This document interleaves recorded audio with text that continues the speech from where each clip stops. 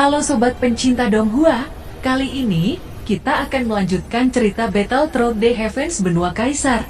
Cerita dan video ini diambil dari channel Nobarta. Tanpa banyak basa-basi, mari kita simak alur ceritanya. Melanjutkan dari cerita sebelumnya, hanya tersisa satu orang yang selamat dari serangan Xiaoyan. Itu adalah Raja Dara. Namun sekarang kondisinya sangat menyedihkan. Dia bahkan tidak bisa mendukung tubuhnya untuk berdiri. Tuan, jangan bunuh aku. Aku bisa memberikan apapun yang kamu inginkan. Aku punya banyak kristal darah. Aku bisa memberimu. Ucap Raja Dara menjadi sangat ketakutan. Ampunan Anda sudah terlambat. Ucap Xiaoyan dengan mata dingin. Jika kamu berani membunuhku, Dewa Dara lainnya tidak akan mengampunimu. Pada saat itu kamu akan mati. Ucap Raja Dara. Tanpa menunggu Raja Dara selesai berbicara, Xiaoyan mengepalkan tangan dan membakar kepala Raja Dara. Jeritan keras terdengar sebelum nafasnya berangsur-angsur menghilang dan tubuhnya menjadi abu. Setelah kematiannya, Xiaoyan mengambil kristal darah seukuran telapak tangan. Energi sumber keabadian dari kristal darah ini jauh lebih besar dari kristal darah seukuran ibu jari sebelumnya. Setelah itu Xiaoyan mengumpulkan kristal darah lainnya. Meskipun kristal darah itu lebih kecil dari kristal darah bintang 9, tetapi itu masih bermanfaat. Pada saat yang sama di tempat lain yang masih lautan emas terlihat sepasang mata merah terbuka tajam. Dari kelihatannya dia adalah dewa darah lainnya di lautan emas ini. Dewa darah ini bisa merasakan bahwa salah satu dewa yang menjaga markas sudah mati. Bajingan, siapa sebenarnya yang bisa melakukan ini? Teriak dewa darah itu. Setelah suaranya terdengar, tiba-tiba terlihat satu sosok muncul. Kekuatan yang terpancar dari sosok ini juga sangat kuat. Laufey, kamu seharusnya merasakan bahwa Laoki sudah mati. Sepertinya ada sesuatu yang mengacaukan markas darah kita. Ucap dewa darah yang baru saja muncul. Haruskah kita melihatnya? Ucap dewa darah yang disebut Laufey itu. Laoki juga salah satu dari 7 dewa besar. Jika dia terbunuh secara tidak terduga seperti ini, itu akan buruk bagi keagungan dunia dewa darah kita. Ucap sosok dewa darah itu. Karena itu mari kita pergi dan melihat siapa yang berani membunuh jenderal dewa darahku. Kekuatan lain mana selain ras naga yang memiliki keberanian ini? Ucap dewa darah Laufey. Jika memang ras naga yang membunuhnya, kita tidak bisa hanya diam. Ucap dewa darah itu. Kita akan bergegas dan menyelidiki kematian Laoki. Ucap dewa darah Laufey. Xin kembali ke kelompok Xiaoyan. Pada saat ini semua kelompok Xiaoyan berkumpul dan mengumpulkan banyak kristal darah. Xiaoyan mengeluarkan naga darah dari pagoda emas yang dia ambil setelah membunuh ketua aliansi bayangan sebelumnya. Tubuh naga berwarna darah ini tidak besar. Bisakah kamu mengerti apa yang saya bicarakan? Ucap Xiaoyan memandang naga darah. Dia menduga bahwa naga darah ini tampak ada hubungannya dengan monster darah di lautan emas. Melihat naga darah yang masih tidak berbicara, Xiaoyan menggelengkan kepalanya dengan senyum pahit. Dia terlalu melebih-lebihkan bahwa naga darah ini mungkin binatang roh. Xiaoyan sengaja tidak membunuhnya. Dia tidak tahu mengapa dia tidak merasakan nafas monster darah di naga darah ini. Ketika Xiaoyan akan berbalik, tiba-tiba sebuah tangan kecil meraih sudut pakaian Xiaoyan. Xiaoyan tertegun dan berbalik untuk menoleh tangan kecil itu. Hal yang mengejutkan Xiaoyan bahwa naga darah sebelumnya berubah menjadi gadis 5 tahun. Apakah Anda benar-benar binatang roh? Ucap tertegun Xiaoyan. Tetapi jika itu adalah binatang roh dan sudah dapat menjadi bentuk manusia, seharusnya tidak sulit untuk berbicara. Naga darah yang berubah menjadi gadis kecil ini tampaknya tidak bisa berbicara. Dia hanya menarik-narik pakaian Xiaoyan. Bisakah Anda bicara? Ucap Xiaoyan bertanya lagi. Di bawah tatapan Xiaoyan, gadis kecil itu sedikit membuka mulutnya dan mengucapkan kalimat. Naga. Gadis kecil itu terus mengulangi kata-kata naga. Sepertinya dia tidak akan mengatakan apa-apa kecuali 2 kata ini. Apakah kamu dari ras naga? Tanya Xiaoyan. Gadis kecil itu menatap Xiaoyan lalu menganggukkan kepalanya. Jadi Anda adalah ras naga? Sekarang kita sudah ada di lautan emas. Kita bisa pergi dan menemukan keluarga naga Anda. Ucap Xiaoyan. Gadis kecil itu menatap Xiaoyan dan kemudian mengelurkan telapak tangannya. Sepotong sisik naga berwarna-warni muncul di telapak tangan gadis kecil itu. Ketika Xiaoyan melihat sisik naga ini, tiba-tiba dia memiliki perasaan yang sangat akrab. Sisik naga ini? Apakah ini Zian? Ucap Xiaoyan mengambil sisik naga di tangan gadis kecil itu. Dia mengamati dengan seksama dan kemudian matanya berkedip cerah. Meskipun dia tidak yakin apakah itu terkait dengan Zian, tetapi ini sangat mirip. Dugaan Xiaoyan sebelumnya mungkin benar bahwa Zian kemungkinan besar ada di sini. Gadis kecil itu berbicara kata-kata naga lagi dan lagi. Tangannya yang kecil menarik pakaian Xiaoyan. Tampaknya keluarga naga ini meminta saya pergi ke sana. Gadis kecil, yakinlah, saya akan mengirimmu kembali ke keluarga naga. Dan saya juga akan melihatnya berdasarkan sisik ini. Ucap Xiaoyan menatap gadis kecil itu yang tiba-tiba tertawa. Gadis kecil itu tampaknya mengerti oleh kata-kata Xiaoyan. Scene berganti. Di ujung lautan emas ada bangunan beraneka warna. Dan 2 font emas besar tertulis di aula utama, yaitu Istana Naga. Sosok ungu duduk di tengah-tengah Istana Naga. Dia adalah Zian. Pada saat ini mata tertutup Zian tiba-tiba terbuka. Matanya terbuka dalam ledakan cahaya ungu yang tiba-tiba. Bukankah ini denyut leluhur? Apakah kamu merasakannya? Arahnya seharusnya tidak jauh dari ras duyung. Saya dapat merasakan keberadaannya. Kemunculan leluhur sangat penting. Kita harus pergi dengan cepat dan melindunginya, ucap Zian. Dia tidak bisa menyembunyikan kegembiraan dan kemudian menghilang dari Istana Naga setelah berbicara. Segera di seluruh Istana Naga beberapa tokoh terbang keluar dari Istana Naga. Kekuatan mereka memancarkan aura yang sangat kuat. Mereka bergegas ke lautan emas di mana ras Putri Duyung tinggal. Scene berganti. Saya duduk mengawasi semua kelompoknya yang masih bertempur dan membersihkan monster darah yang tersisa. Mereka adalah bukan bagian dari benua Daudi dan sudah selayaknya dihancurkan. Gadis kecil yang ditransformasikan oleh naga darah juga ada di samping Xiaoyan. Dia terus berjalan di sekitaran Xiaoyan. Ketika bosan, Xiaoyan mengambil kesempatan untuk mengambil kristal darah yang terkumpul dan memegangnya di tangannya. Melihat kristal darah ini, Xiaoyan tampak sedikit bersemangat. Lagi pula hal ini lebih cepat daripada mengambil gas sumber abadi dari air laut seperti sebelumnya. Kristal darah ini juga merupakan cara bagi monster darah untuk memperoleh sumber keabadian untuk waktu yang lama ketika mereka bertahan di dasar lautan. Dan mereka telah mengubah sumber keabadian menjadi kekuatan mereka sendiri.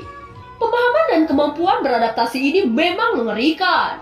Jika benar seperti yang saya duga, semua monster darah ini ditinggalkan dari alam Dewa Darah pada waktu itu. Dan monster darah ini telah berkembang hingga saat ini. Tingkat perkembangannya sangat luar biasa, ucap Xiaoyan. Xiaoyan juga sangat ingin tahu mengapa monster darah ini tidak mengungsi dengan alam Dewa Darah. Mengapa mereka memilih benua Daudi? Xiaoyan menyipir dan berpikir untuk waktu yang lama. Tetapi Xiaoyan benar-benar tidak tahu apa tujuan sebenarnya alam Dewa Darah dengan mengembangbiakan monster darah. Puluhan ribu monster darah bintang 8 berangsur-angsur musnah di bawah penyiksaan kelompok Xiaoyan.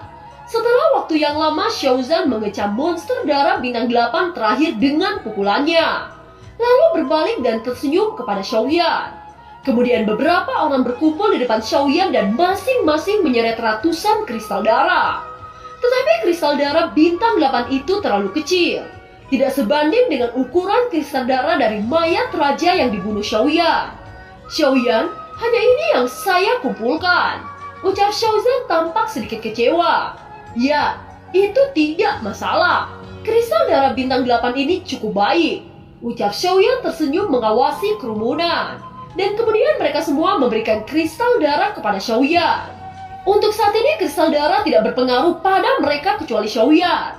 Karena kristal darah mengandung sumber keabadian. Dan sumber keabadian hanya berlaku untuk kekuatan Daudi bintang 9.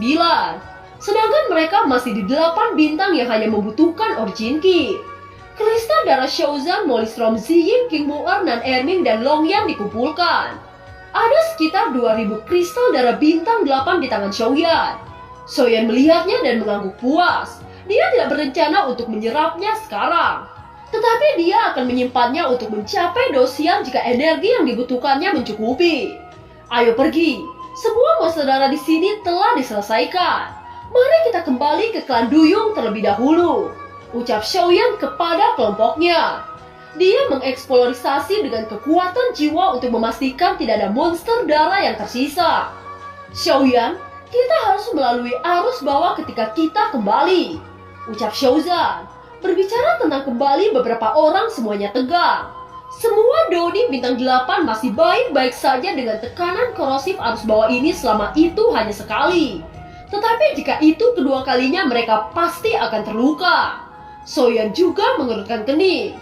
Meski dia tidak punya masalah melawan arus-arus ini, tetapi Xiaozan dan yang lainnya, bahkan Nan Ermin bintang 8 menengah masih tidak bisa menahan. Ini benar-benar masalah. Tetapi bagaimana monster darah bintang 8 bisa melewati arus bawah untuk menyerang keluarga Putri Duyung? Pasti ada jalan pintas di sini, ucap Xiaoyan berpikir sejenak. Ketika Xiaoyan berpikir, tiba-tiba gadis kecil itu menarik ujung pakaiannya. Gadis kecil itu menunjuk ke tempat gelap di bagian bawah ngarai.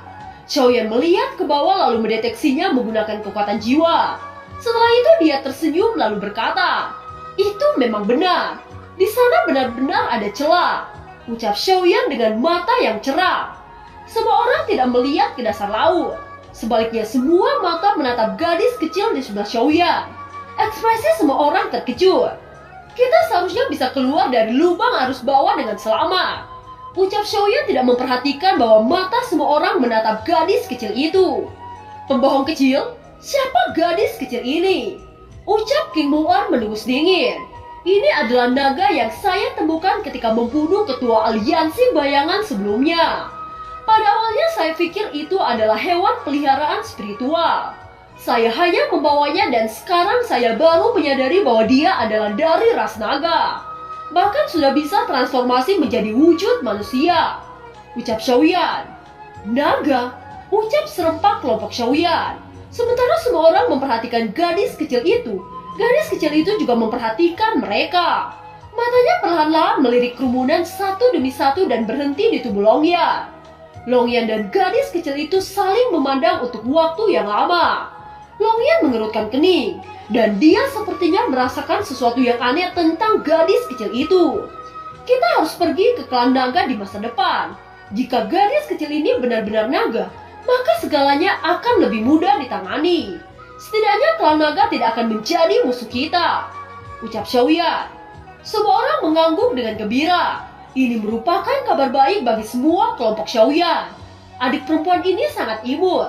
"Izinkan saudara perempuanmu untuk berkenalan," ucap King Muar bergegas ke sisi Xiaoyan. Dia berjongkok dan menggendong gadis kecil itu. "Muar, Anda sudah sangat cocok untuk menjadi seorang ibu," ucap Xiaozan tertawa terbahak-bahak.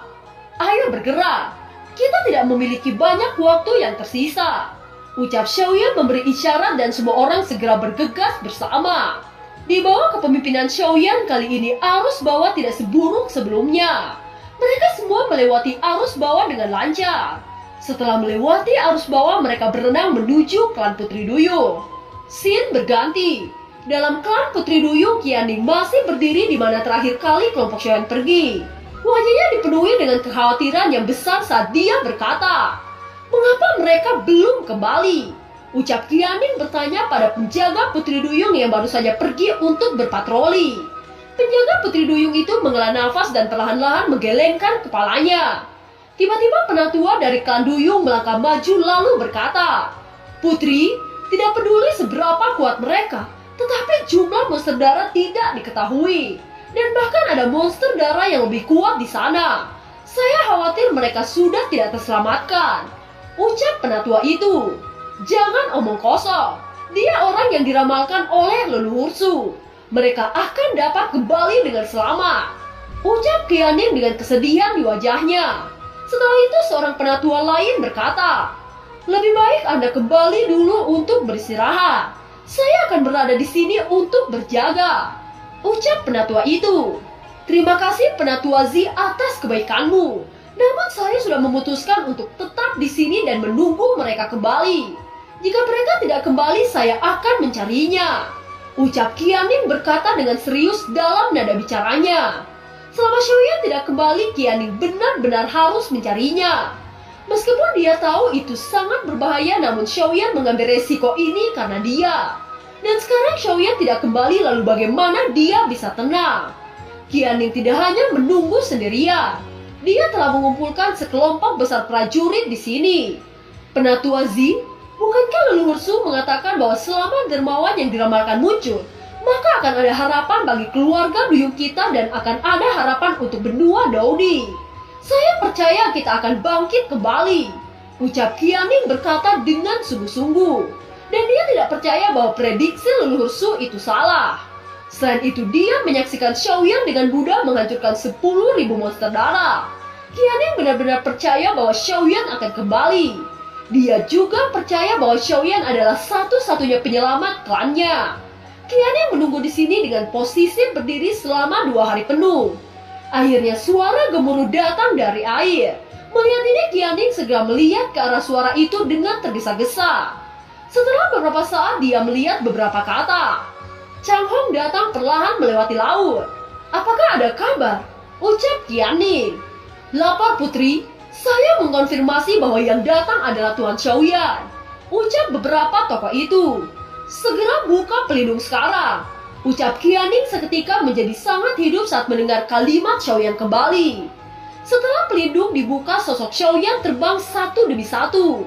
Ketika Xiaozan melihat Qianning yang berubah memiliki 2 kaki seputih batu giok, pipi Xiaozan langsung menjadi merah dan matanya melebar tanpa berkedip. Sama seperti Xiaozan diam-diam mengintip. Tiba-tiba kepala Molistrom muncul di depan wajah Xiaozan. Matanya menatap mata Xiaozan seperti menemukan benua baru. Xiaozan melihat bahwa perilakunya ditemukan oleh Molistrom. Xiaozan melihat bahwa perilakunya ditemukan oleh Molistrom seketika wajahnya yang merah menjadi marah. Xiaozan, apa yang kamu tonton? Ucap Molistrom. Tidak apa-apa. Saya tidak melihat apa-apa. Ucap Xiaozan menggaruk kepalanya dengan canggung. Xiaoyan mengabaikan kesenangan beberapa orang. Tetapi ia sudah terbiasa dengan itu. Perkelahian antara saudara selalu dapat membuat suasana lebih santai.